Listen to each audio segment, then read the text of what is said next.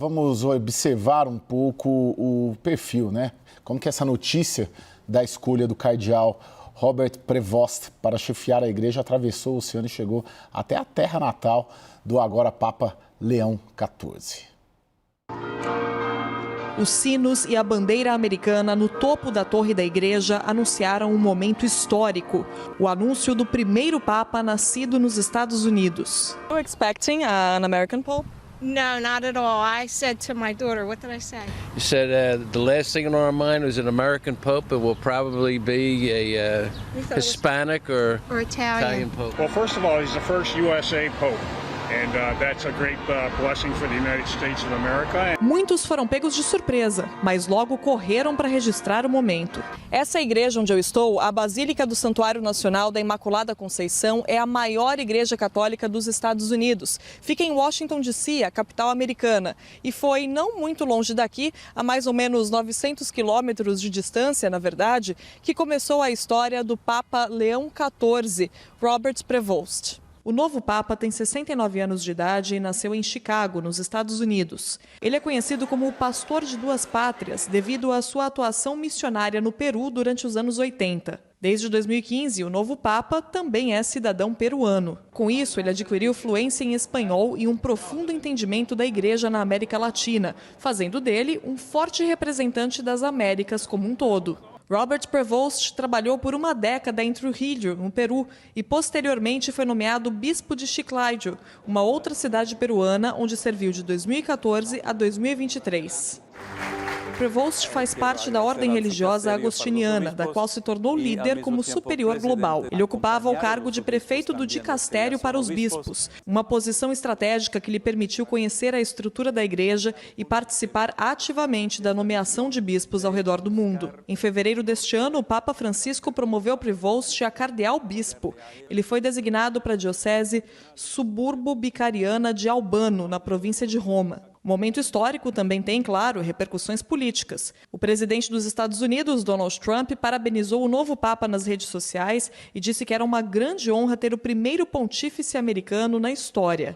Depois, na Casa Branca, Trump disse que planeja se reunir com o novo pontífice. Are you planning to meet the Pope in the near future? Mr. President, Have you met him before? they've already called. They have already spoken to us, and we'll see what happens. But again, to have the Pope from the United States of America, that's a great honor. That's a great honor. Sir, have you met him before? Sir, had you... I'm watching, and they said he's from America. I said, that's great. Na Catedral em Chicago, cidade onde Robert Prevost nasceu 69 anos atrás, o nome do novo Papa foi anunciado com emoção. And I do have another announcement. My information is correct. The brand new Holy Father, the brand new Pope, is American-born Cardinal, now Pope, Cardinal Robert Prevost, born on the south side of Chicago. He's taken the name Leo XIV.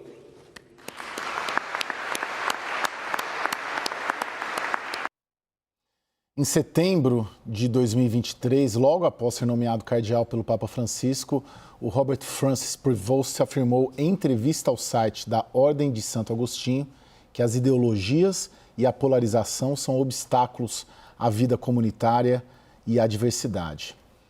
Ele disse, é um desafio sem dúvida, né? Quando ele foi questionado, na sua opinião, como a unidade pode ser harmonizada na diversidade. Ele disse, na dúvida, principalmente quanto a polarização se tornou a forma de operar em uma sociedade que, em vez de buscar a unidade como princípio fundamental, oscila de um extremo ao outro. As ideologias adquiriram maior poder do que a experiência real da humanidade, da fé, dos diferentes valores que vivemos. Eu só lembro do Dom Denilson dizendo que aparentemente foi escolhido a dedo mesmo este cardeal. Professor Leonardo, os grandes temas, guerras, imigração, o senhor apostaria que em termos de mundo vai ser a grande agenda dele?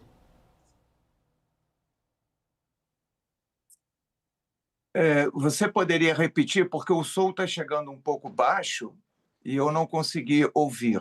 Claro, perdão. Eu te pergunto se o senhor apostaria que, dada a origem dele, dado o interesse sinalizado do Trump, o senhor apostaria que as grandes agendas globais que o novo Papa levará adiante serão guerras e imigração? Eu diria que, em se tratando, nesse momento, de Trump, um ponto central é a questão da imigração, né? Isso no contexto norte-americano, incluindo aí violações flagrantes de direitos humanos. Certamente o Papa, que já é um crítico do presidente, colocará essa questão na mesa, caso essa conversa entre esses dois chefes de estados de fato aconteça. Esse vai ser um ponto a ser destacado. E a questão também dentro da própria Europa, onde, em grande parte, a xenofobia também avança em muitos países. Então, questões relacionadas à imigração serão, de fato, uma preocupação não apenas do novo pontífice, mas também o chefe de Estado, né, do Vaticano. E com relação à questão das guerras, como um bom sucessor do Papa Francisco, ele também assumirá um protagonismo no sentido de se falar de paz. Afinal, um dos sustentáculos do reino de Deus instaurado por Jesus é a paz. Então, certamente, o Papa Leão XIV não deixará passar em branco essa questão da paz. Aonde ele puder enfatizar esse elemento, principalmente com essas guerras que estão aí, ele fará. Lorival, agora, de uma maneira geral, os analistas, enfim, a mídia, a cobertura toda é positiva. Pelo menos eu fiquei com essa percepção ao longo do dia, lendo tanto a imprensa nacional quanto a imprensa estrangeira. Mas não tem algo, talvez, que te preocupa nessa trajetória dele, ou que possa ser um ponto para a gente se preocupar? Sim, tem duas coisas que me preocupam. Em primeiro lugar, as acusações de encobrimento de abusos sexuais no Peru. Em segundo lugar, a atitude dele em relação aos homossexuais. 3 irmãs peruanas acusaram o cardeal Prevost de não ter investigado 2 padres que elas acusam de tê-las abusado sexualmente entre 2007 e 2015, quando elas eram menores de idade. E esses 2 padres foram transferidos de diocese, sem nenhuma punição. Não há nenhum indício de que tenha havido uma investigação. E a denúncia de encobrimento por parte do Prevost supostamente estaria sendo investigada pelo dicastério da doutrina da fé, que é encarregado disso. Ele era até aqui o prefeito do dicastério para os bispos, mas tem uma grande influência sobre outras entidades do Vaticano. Então, há um conflito de interesses, há um problema de falta de isenção por parte dessa investigação. E, de novo, sem nenhum indício de que, de fato, há uma investigação. Então, as organizações que defendem os direitos dos sobreviventes dos abusos da igreja, os abusos sexuais, lamentam a escolha do Prevost. E são muitos abusos, né? Então, é uma pena se esse Papa realmente for um encobridor de abusos sexuais. Esse é um ponto. E o outro é que as manifestações dele sobre a homossexualidade revelam uma certa hostilidade, né? Em 2012, por exemplo, num sínodo dos bispos no Vaticano, ele criticou a mídia ocidental e a cultura popular por promover a simpatia por crenças e práticas que estão em desacordo com o Evangelho, e aí citou o estilo de vida homossexual. Chamar a homossexualidade de estilo de vida revela uma enorme ignorância sobre o tema. Criticou também as famílias alternativas compostas por parceiros do mesmo sexo e seus filhos adotivos. Também, mais adiante, quando ele era já bispo em Chiclayo, ele se opôs a um plano do governo local para incluir ensinamentos sobre gênero nas escolas. Então, isso, ele diz que a promoção da ideologia de gênero é confusa porque busca criar gêneros que não existem. Então, isso está provavelmente de acordo com os dogmas da Igreja Católica. Não sei se de Jesus Cristo, mas da Igreja Católica, tal como ela se institucionalizou nos últimos anos, nos últimos séculos. Mas está em desacordo com uma fatia expressiva da população mundial, né, da cultura, do debate, e isso incentiva a discriminação, o preconceito. Então, não sabemos se ele vai rever essa atitude agora. Sim. Dom Denilson, eu queria colocar com você, com o senhor, o caráter mais reservado. A gente se acostumou nos últimos 12 anos com o Papa Francisco, é um Papa mais pop, né? Mais midiático, que se abriu ali, de certa maneira, o Vaticano às redes sociais. E, ao que parece, o Leão XIV não deve seguir essa linha, é mais reservado, talvez até menos carismático. O que dá para esperar do ponto de vista pessoal mesmo, do caráter pessoal do Leão XIV à frente desse papado?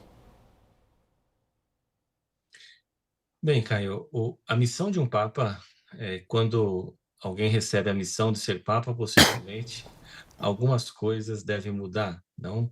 Seja do ponto de vista pessoal, da visão, outras permanecem. Então, sempre nós estamos eleito hoje, teremos que esperar um pouco mais para saber como que ele vai, qual direção que o Santo Padre vai dar no seu governo. Mas uma característica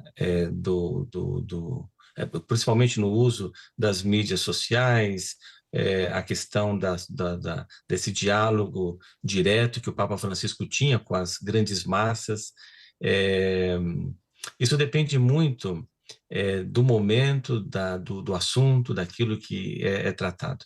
No entanto, talvez o que vai ser muito atrativo no Papa Leão XIV, que é um traço da sua personalidade, é a simplicidade do trato. Ele tem uma capacidade muito grande, uma modéstia, e ao mesmo tempo uma simplicidade de falar, de se expressar. E ele vem de uma tradição dos agostinianos em que os agostinianos, por todo o mundo, desenvolveram muitas escolas. Nós podemos esperar um Papa que trate do assunto da educação. Além do problema das guerras, e com isso a paz, não? Que ele já tratou no primeiro discurso, a paz, que construção de pontes, diálogo, unidade, é isso tudo que veio no primeiro discurso hoje. Nós podemos esperar também um Papa que trate da educação, da migração, como já foi muito bem colocado, e principalmente também da pobreza. E que, de fato, a ausência da educação, nós sabemos muito bem hoje, que é um dos grandes elementos da produção de pobreza, da pobreza mundial. Ele vem de uma família religiosa que o aspecto educacional, a vida da educação, da escola, é algo fundamental para o ser humano. Então, veja, eu vejo que é uma figura, o Santo Padre, nós vamos nos encantar, nos admirar também com essa capacidade que ele vai ter de dialogar com as grandes massas, com as multidões. Como Francisco, não sei, teremos que ver, porque Francisco tinha um feeling assim inacreditável, não? Como ele conseguia, de fato, conversar falar a língua do povo, não? Mas o Papa Leão XIV, na sua formação, na origem, ele vai trazer, de fato, alguns particulares desse. E o que eu gostaria de destacar é isso. É uma pessoa simples, que tem um aspecto de humildade no trato, não? Tive a oportunidade de estar com ele algumas vezes, logo no início do seu trabalho como prefeito do dicastério. Todos nós bispos, não? Quando eu fui eleito bispo, nós temos um encontro em Roma, E aí, então, ele já era o prefeito de Castério, por várias vezes ele se sentava à mesa conosco, conversava de modo muito tranquilo, sereno, nem parecia o prefeito de Castério para os bispos. E essa capacidade o Papa Leão XIV tem. Bem, Bom, teremos que esperar um pouco mais. Tá bem.